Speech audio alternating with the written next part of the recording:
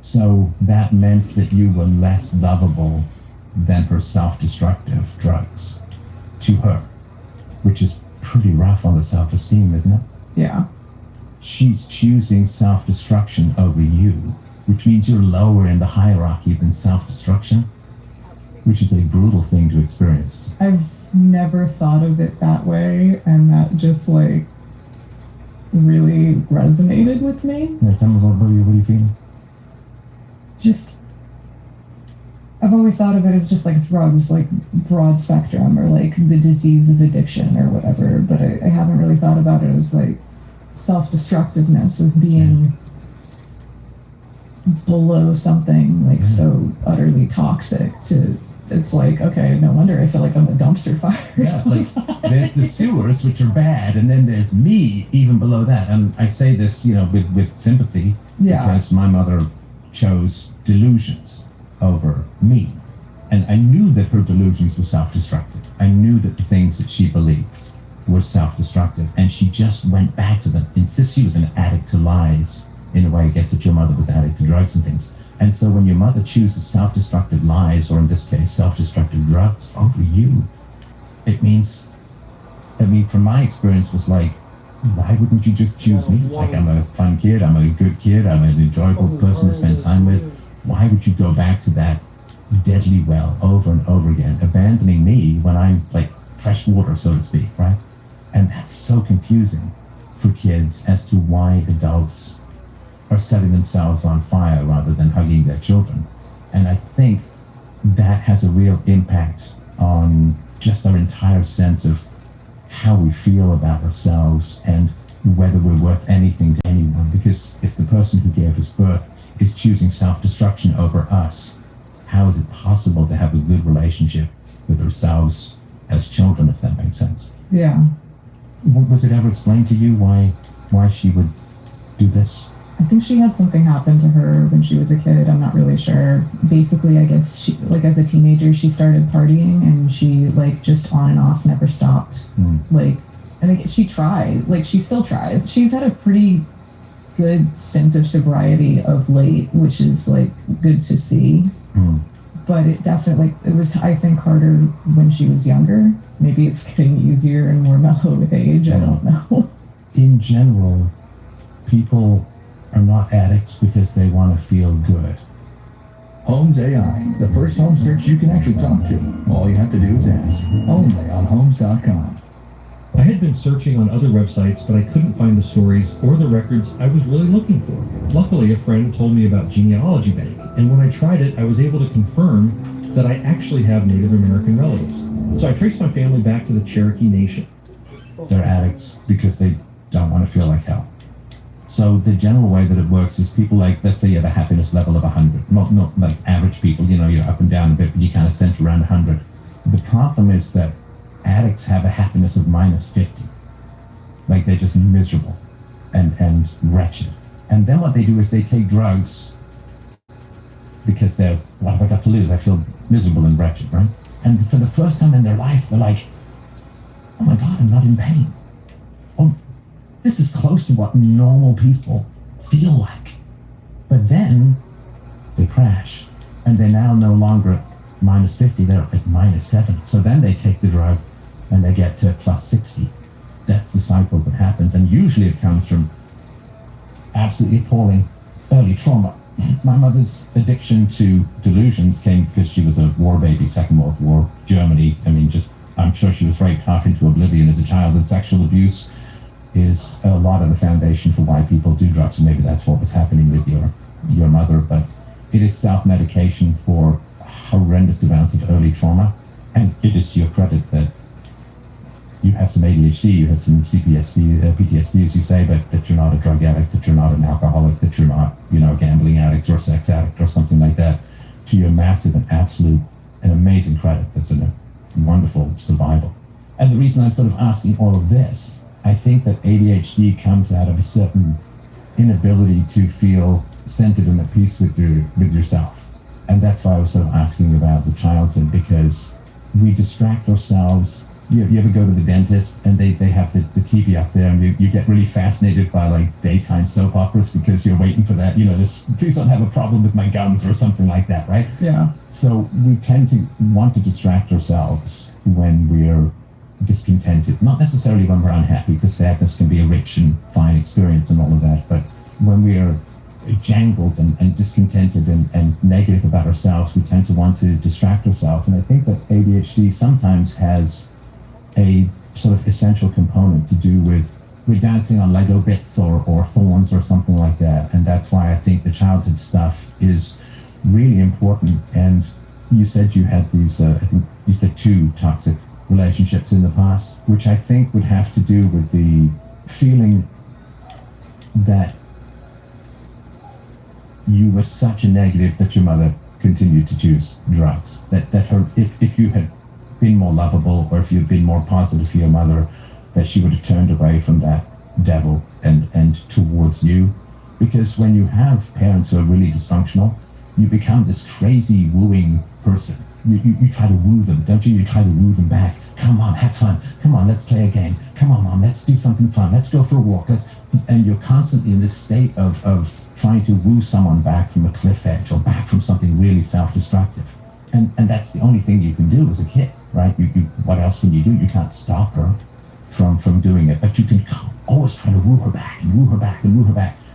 That gives you a sense of will and control, but the problem is it comes at a great personal cost of self-esteem, because you're saying, I can do something to stop Mom from doing the drugs. I can do something to stop my mother from going mad. It gives you a sense of control, which is illusory, but it comes at great cost, because then you fail, and you fail, and you fail, and you fail. And I think that's brutal on the self-esteem and the sense of ease and comfort within yourself, if that makes sense. Yeah. So sorry for the big long yap, but does that does that capture anything about what happened? No, that definitely makes sense. When she was around, like, she was very present. That's the weird thing about it. But when, like, when she would relapse, it was like, all right, going to grandma's house or whatever, But that would mean something to you, though, the relapse, because if in a sense you are partly responsible for keeping her sober when she relapses, that's a rejection of you, isn't it? What do you think that felt like, if that's a reasonable way to approach it? Probably, like, if that's like the echo of what I felt in the one really abusive relationship, probably just this sense of like utter, like, why can't you just love me? Right. What's the answer? Why can't you just love me? What's the answer that you have in your head as to why you can't be loved? The answer that I like now after years of healing, or just What did you have at the time? Why couldn't you be loved? at the time I thought there was something wrong with me. Okay, and what was wrong with you that you couldn't be loved? I don't know. Sure you do. Everybody has a thesis. I mean, it may not, I'm not saying you're lying, but it may not be present in your mind, but there's something about you that was negative for your mother in this. I'm not saying objectively, of course, right? You're just a victim. But we all have to make reasons why things happen to us happen. That's what we do as human beings, and particularly as children. There has to be a reason why. And the reason is always, what can I do? Because if at 5 or 6 or 7 you'd have said, well, I have no control over my mother, she's going to go back to drugs, my life is going to be hell and chaotic, you just wouldn't have been able to get out of bed. You have to give yourself a mission. You have to give yourself some control, some power. Like the people who live at the bottom of a volcano who can't leave. They imagine some dance is going to appease the volcano god. Like, they have to make up something. Can you imagine a child who could have, because you were trying at that every time, could you imagine a child who could have saved your mom? No. At the time, could you imagine? Back then. I wanted to. I didn't really know how, but What did you try? it's where like the OCD came in. It was one of those, like, she would go out and use drugs, and I had this one very irrational, like, whatever the last outfit was that I wore with her, I wouldn't let anybody like wash that outfit because I thought it would be like the beacon that would bring her back, kind of thing. So that's where like the OCD stuff comes in, because that's so utterly irrational. But like as a child, it was like this like whimsical thing that could bring her back. So you wouldn't let the laundry hit the clothes that you were on when she left to do drugs? Basically, I'd just be like, I wouldn't let them like clean those specific ones. Right, okay. So she could almost like ascent. She would almost find her way back. Yeah. You said that was irrational. Why is that irrational? I mean, I understand the scientific cause and effect, but why is it irrational? Because it gives you a sense of control in a helpless situation, which keeps your muscle of will going. Yeah. Because if you'd have accepted that you couldn't do anything, then your muscle of will would have collapsed, and you wouldn't be able to will anything. Right? We have to imagine we can do something even if we can't, because A, we don't know if we can, and B, we need to keep that will, that muscle of will going. So I don't think it was irrational at all. But I do think that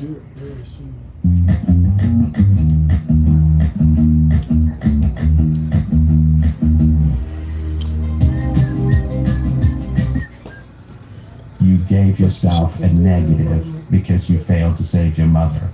And I would assume also in the abusive relationships that you had a mission of saving someone too. Yeah. That you are there to find people's wounds and to prop them up and to get them to work on time and to have them not fall into other addictions or problems. That you are sort of an abused service animal, if I can put it that kind of way, that your only value is to be propping up people who can't be fixed. And that is it's a brutal thing to experience. And I just, my heart goes out to everything that you suffered, because it didn't end at the age of 11. I mean, what decade of life is your mother in? She was born in 62. So she's 64. She's going to be 64 this year. When was the last time you had consistent positive interactions with your mother? This weekend. It's like I said, it's been like, I mean, I think I've gotten to a place of acceptance that like we went to like my stepdad's funeral. She talked about him a little bit, but then she was like bitching about work, and I was like, can we get some stories about him for a little bit? So kind of not like self-involved, but kind of. Do you think she understands how much she cost you? Yeah, maybe. In a way. She haven't done any therapy or done anything to... That I do give to her credit, is that she goes to therapy. She like has tried a lot to try to feel better. But you don't know what she's self-medicating, right? Because you don't know what happened in her childhood that may have given her that -50 that she had to self-medicate. Now, I think that would be important to know. If you knew what happened with your mother, which I assume would be some very severe abuse, I would imagine, I don't know, of course, but sexual abuse, when you realized what she was self-medicating, you would realize just how absolutely helpless you were in that situation. And that takes the weight off. Could I have fixed it? Could I have done something different? Because then once you realize something's impossible, that negative feeling about yourself from failing to do something, when you realize just how impossible it is. And of course, she's been under the care of a therapist, and she's still having relapses from time to time, and she's still, as you say, talking about her work rather than the person who had died. So even her therapist can't fix her, life hasn't been able to fix her, and of course you at the age of 5 or 10 or 15 had absolutely no chance to fix her any more than I assume that these abusive relationships that you were in, I assume you didn't fix them either, right? No, it's okay though. I would just say, if I were in your shoes, or stylish shoes by my dad, if I were in your shoes, then I would say, what is the weight that I'm carrying of being chosen less than the drugs, of having a mission to fix a mother, which you have to have as a kid. You have to have that mission, or you can't even get out of bed. But that mission comes at great cost.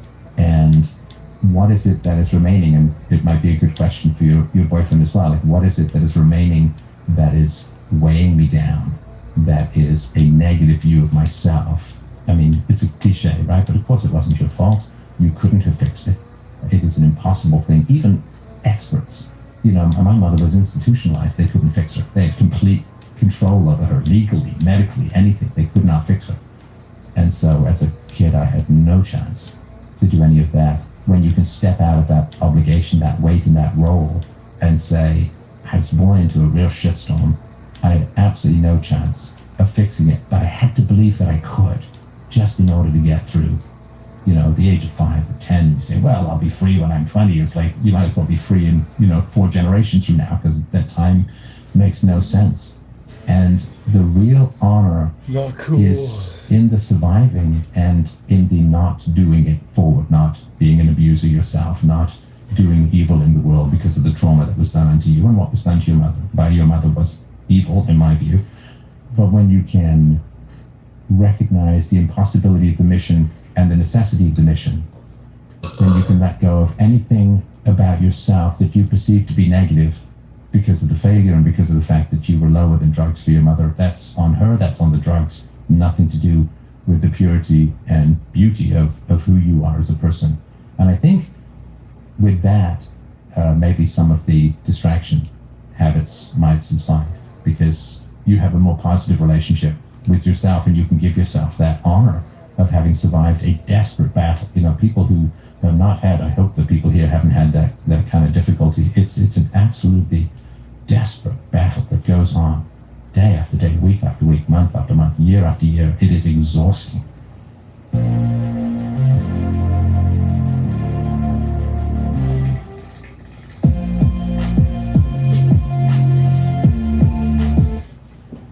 And it's necessary because you have to retain some sense of power and will in your life as a whole, and to let go of all of that you were born into a terrible situation. It seems like you've done a magnificent job of flourishing through that, and just letting go of those last negatives, I think, will have a lot to do with peace of mind, if that makes sense. Again, I'm really sorry for the long speech, but No, that was said. Tell me been what very, you think. like, it's been nice hearing it because it's a different way than I've heard anyone describe it. I'm really sorry for that, and I'm if you want to call in, just send. It's on the website freedomain.com/call. I'd be happy to chat further. And congratulations on your survival. And can I get a hug? Can I get a hug? And what's your name? Joe. Joe, nice to meet you, Joe. What's on your mind? Everything. Men have their challenges these days, and it is important to not fall into self-pity and to still remember this is absolutely the best time in history to be alive. We never would have met each other prior to the internet. I never would have had a voice prior to the internet. I would have taken all of these thoughts to the fucking grave with me, or maybe I'd have a whole bunch of notebooks in an attic somewhere that nobody would ever care about. I mean, honestly, I would say I'm a very unique person. I'm very nice. I'm very bubbly. But when it comes to defending No, not nice and bubbly. That's champagne. It's not unique. champagne. Unique. It's called I have a very outstanding personality. And I'm not that's how disagreeing I with you. see myself. No, Your my opinion question is irrelevant. Do you think for Your yourself? opinion is irrelevant, so you need to stop talking. That's fine. Okay, Next good. The question. advice was coming from him, but quite frankly, he asked me the question, so why are you answering? Because that's what I was here for. I know you're here for it, but the thing is that you're being very negative about it when I'm calling myself unique and bubbly, No. and I didn't get to finish my sentence and you cut me off. That's very ignorant. Okay. Well, I'm just trying to be efficient here because I I was know told you're we being didn't have any efficient, but time. you're being officially rude, and I don't tolerate it.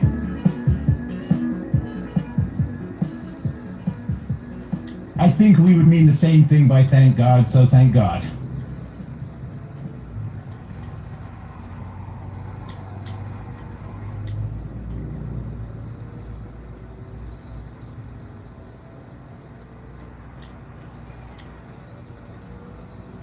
I never said that. You said you were asleep while the woman you love is in a knockdown, drag-out fight, literally 7 feet away from where you were staying.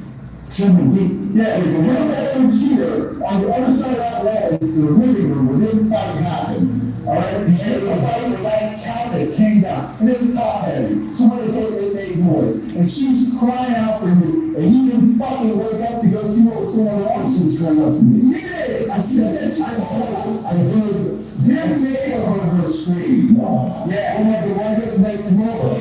Because I didn't know what was going on. If I thought you were insulting her again. Well, yeah. 63-year-old Mitchell Rubel, and a former deputy who once proudly served in the line of duty. But 33 years ago, Mitchell had done the unthinkable. The Washington County policeman was killed by a former officer in the 1980s. Because Joe Clark, Mitchell's supervisor, would be found killed, shot inside his own home. For all that time, Mitchell had been hidden in plain sight, living just miles away from Joe's home and harboring a secret vendetta. And 3 decades of hunting and searching have finally led these detectives to this monster, one that is hiding much, much more than anyone knows. Did you see anything that's come back on that shotgun shell? Being done sitting here in the hot seat, I'd say it was not. This is not going to do very well. What do you mean it should not do very well? Well, my indictment for murder, my goodness. On February 7th, 1981, All the plants your yard needs, without the hassle. That's what FastGrowingTrees.com delivers. Yeah, it's always fun.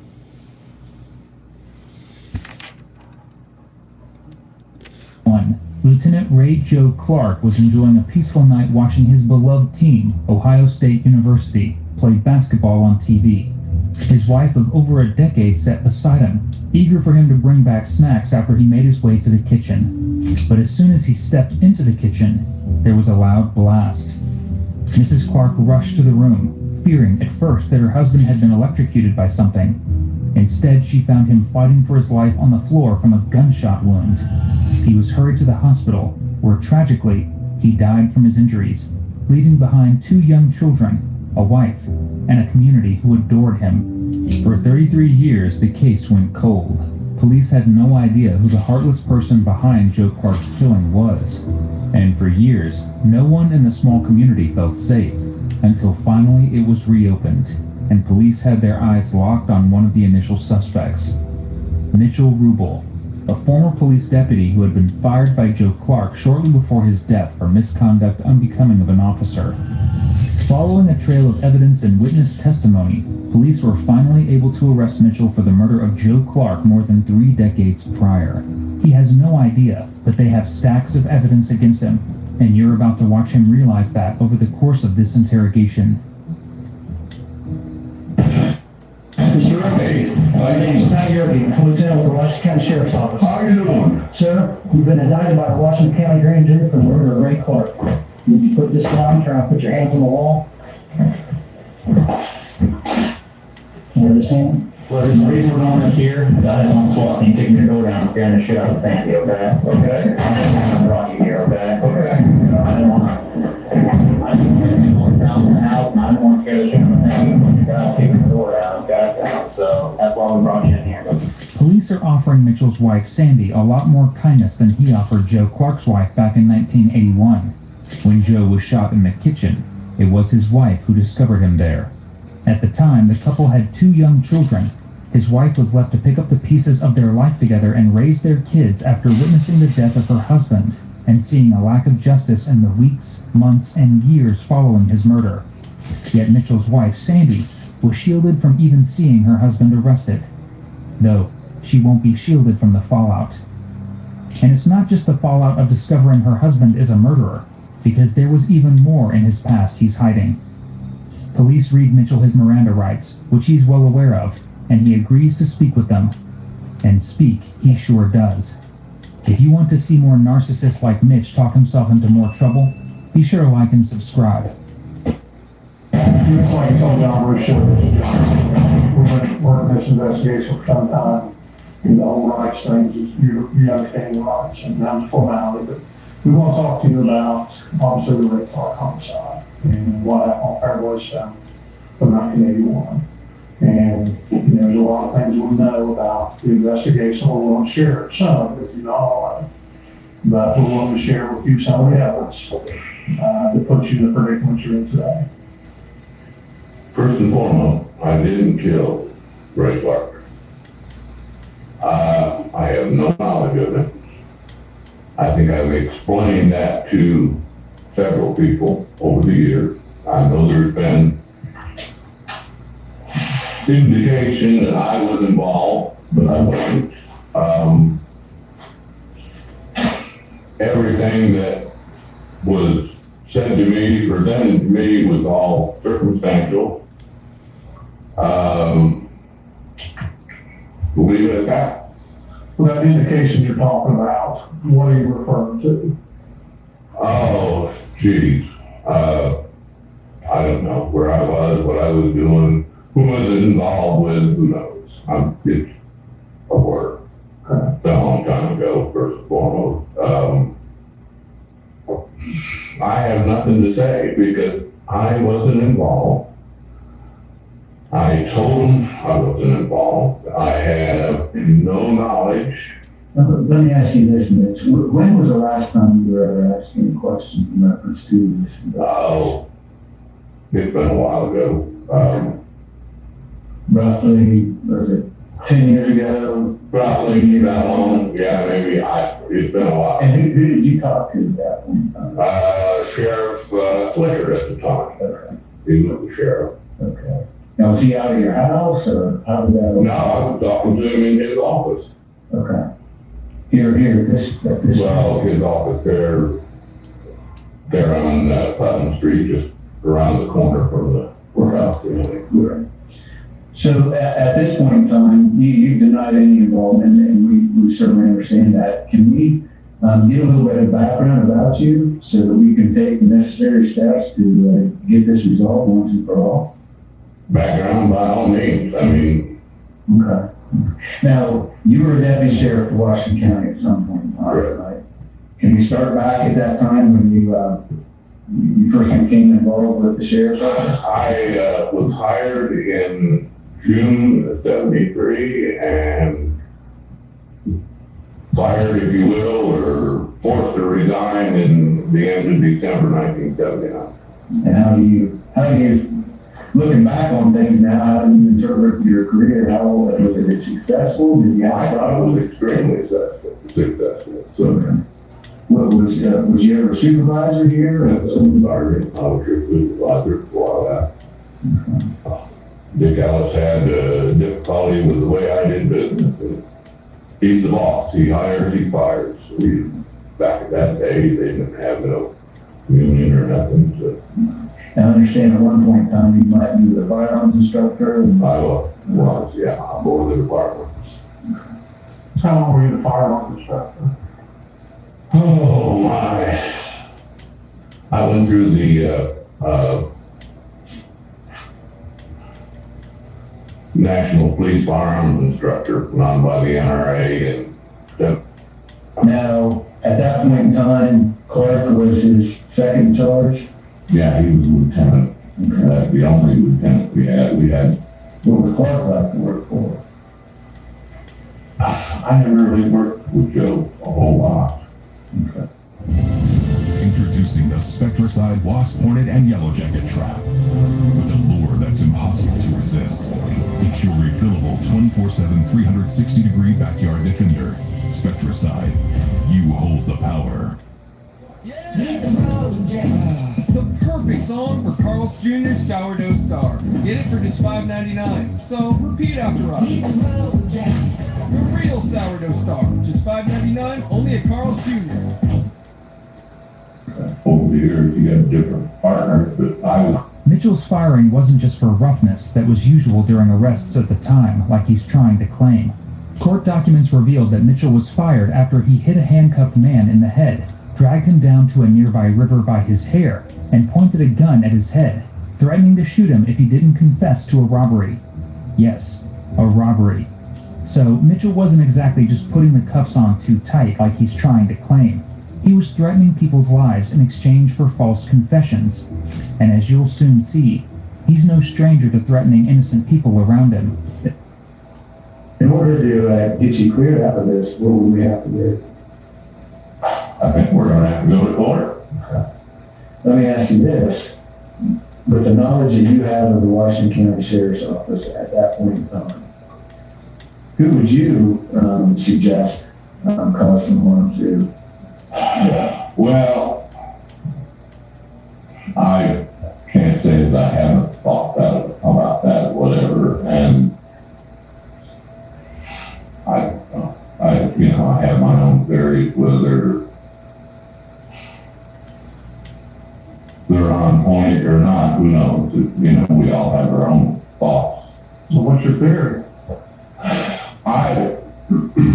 From almost immediately, and of course this is discussing with past former deputies, acquaintance, whatever, new Clark, work there, do the routine, whatever. We were all snuck in at the last second. pretty much in agreement. Motherfucker snuck on in the last second.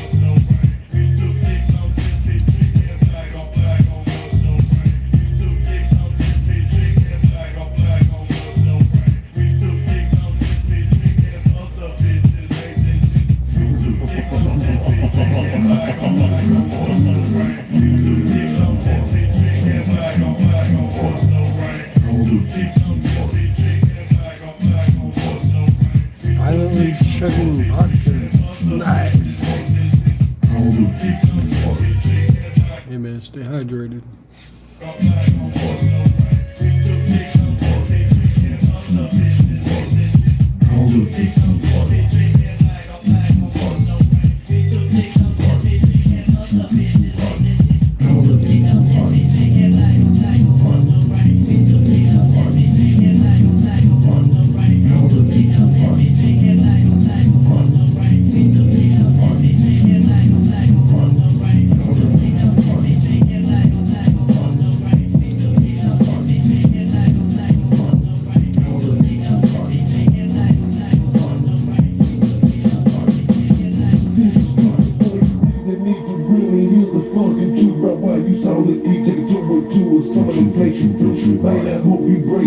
Before we take this bumpy ride, cause you about to see the looky while he's on the wild side. I'm not playing no games like some of these other niggas like to do.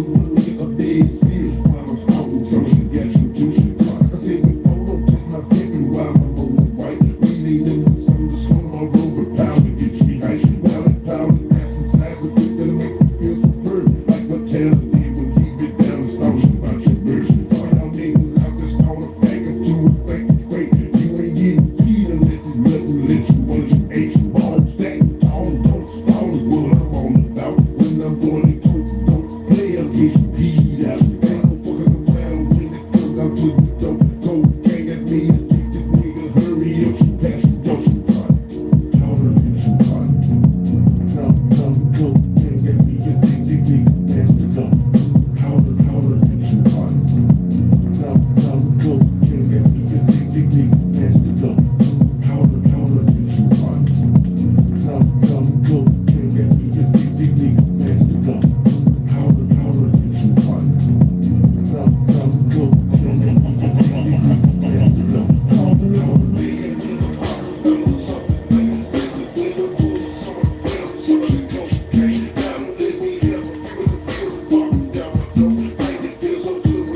nigga. Pass the dope.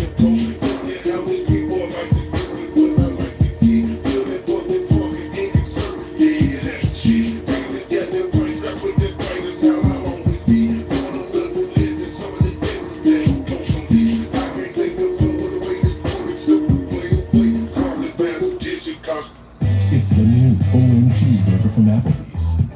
Now on our 2 for $25 menu. You installed this? Even had a few screws left over. If it's important, it's not worth compromising. That's why with Farmers, you can get quality and savings. We are farmers. Bum, bum, bum, bum, bum, bum. Cause your load been running from the base. See the dog and playing all the color going fast. So have a blowout till they get I bet you want to quit your dope. Like they get 1,000 I wanted them big balls still drinking out some bitch cash. I done said it for some good, so good. I thought they got that white. You take that boy, you find out that I'm coming to your house. DJ Spanish fly. Who's that nigga? Who's that nigga from the south? Be ticketed in my hood. Be up to no good. Be tricking on some good. Be getting real good. Now check it out. Check it out. The bitchy, bitchy, bitchy, bitchy. The bitchy, bitchy, bitchy. Won't suck up on the dicky. The dicky, dicky. The dicky, dicky. The dicky, the dicky, dicky, dick. That's fucking on you bitches. Damn right. Is a queen. The nigga is a king. But too many fucking bitches say you won't have a thing. So fuck that shit. Fuck that shit. Don't try to meet that bitch. Don't try to love that bitch. Don't try to be that bitch. When that bitch comes to you, say what she gonna do. All the time a bitch got to do. What you gonna do? Like going out, getting cheap, making me fucking me, slanging 20 bags in the motherfucking street. So hope this ain't no weak ass nigga shit. Bitch, oh you're not so white, stop you with my fat dick. I'm a crazy motherfucker, thinking on these bitches, singing these like Spanish fly.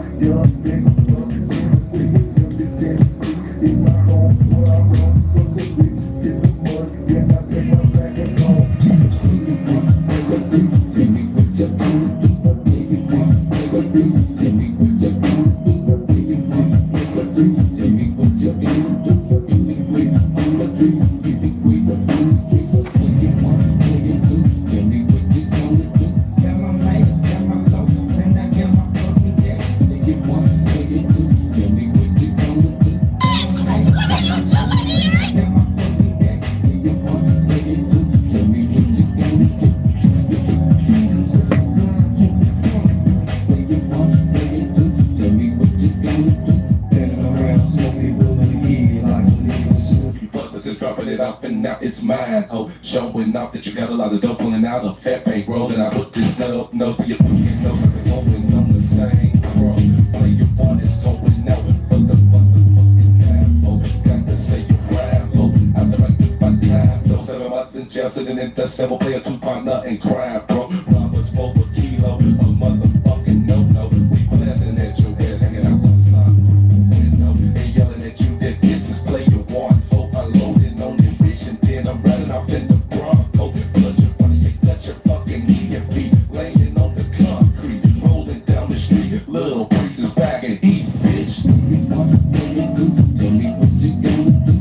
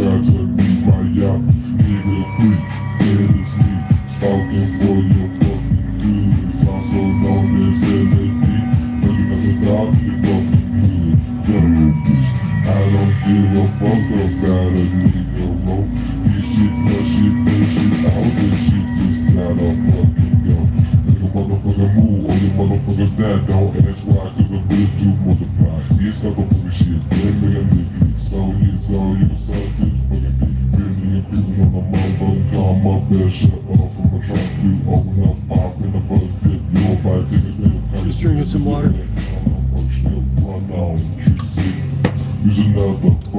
I'm still sick.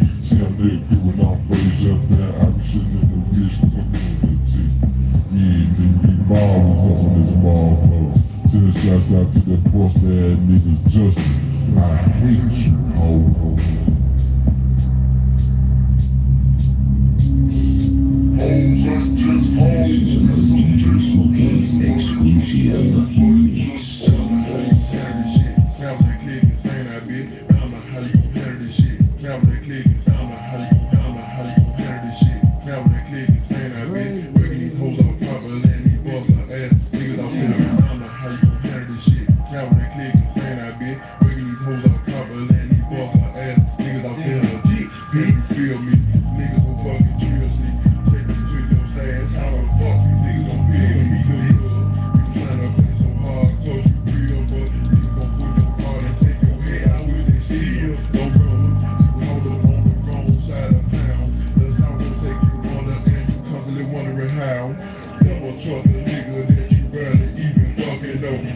trust a nigga that you barely even fucking up. Never trust a nigga that you barely fucking up. Nigga, I got trouble. I'm a sneaker through your fucking window. Then I plan ass with a stand. Get your phone fast. I'm out with open glass.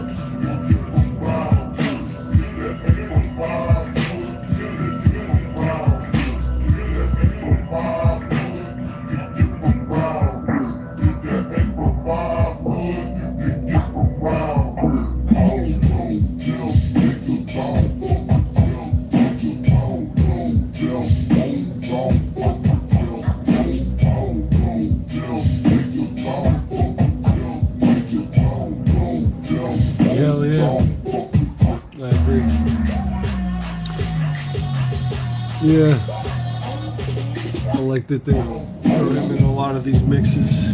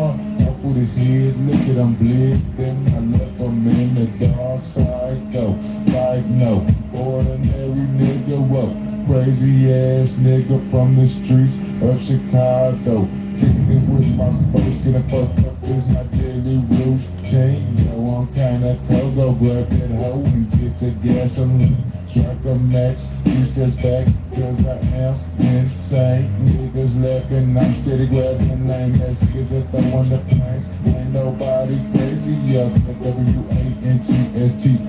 I'm so sorry though, except you won't even play. So don't try to scream this, cause can't nothing say ya. Went to the gangster bitch, aka Hellraiser.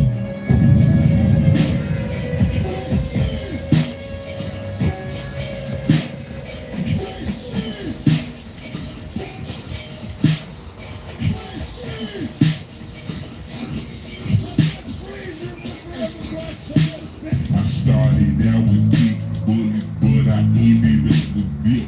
Gave my Glock 17 to my rolling cousins, fully loaded. Creeping, never sleeping, ducking and diving as I do my thing. Creeping, never sleeping, ducking and diving as I do my thing. Creeping, never sleeping, ducking and diving as I do my thing. Left my gang, get the shack. Some of my niggas was left on the track. Rolling dope, never soap. But them folks set up a raid. All them dealers dropped they dope. They got my cousin caught that day. Now it's down in 201. Ain't no fun, had a gun, bought it wrong. Plus he got charged for the shit they dropped. Not better known as cops in the ghetto. Get them metro bitches got me get up. Cause I think it was a sitter. Anyway, I got no time to be trying to play Sherlock. So I got my Glock with 6 shells. Finna break them out of jail. Driving down the highway, man. Speeding in the shit at risk. Got off in the Union exit. Eyes red cause I'm pissed. Smoking out them police cars. I ain't scared cause I'm hard. Smoking endo, thinking I got to get them off that fourth floor. Walked up to the door, broke out running past the check out cop. Metal detector going off because I shot that chrome Glock. Stop breathe, bitch, please hit the elevator fast. Fourth floor, give me the keys, boy. Please don't make me blast. Get your ass up, man. Now we running deep as hell through downtown. In a line, gotta hit the highway home. 3 from the county, blast for running while I'm running. Cause the folks put out an SUV.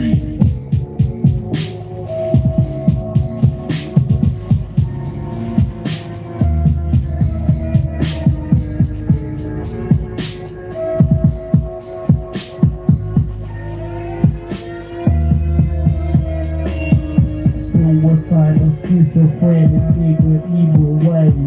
My mind is like a puzzle, imagination in the days. Cross the streets, you feel me, it's the tears, make me have a thought. Voices scream up in my mind, telling me the devil thought. To another chapter, I ain't no gangster, but a wicked crook. Late at night, I'm scared to dream, seeing half a nigga's fruit. But you niggas still won't understand in the man of a crazy man. I ain't hit no bump of the sloppy happy days in the damn train. On the reason how that the devil won't take my soul. And I'm flowing constantly, make me wanna be ice cold. But I try to stay with calm, hearing what's of saying songs. Snatch his soul and leave him dry, leave him dead with the black. God, please excuse me while I'm cursed by these bosses. Sins made a nigga kill, now I got to stop.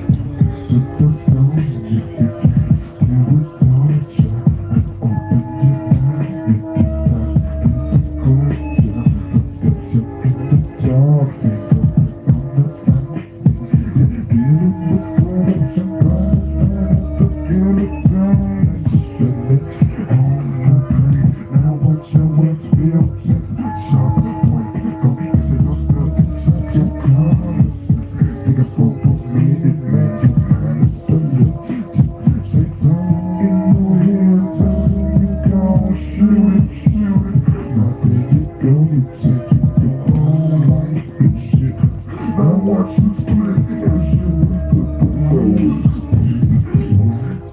Xbox froze on me. There's some shit. Oh shit.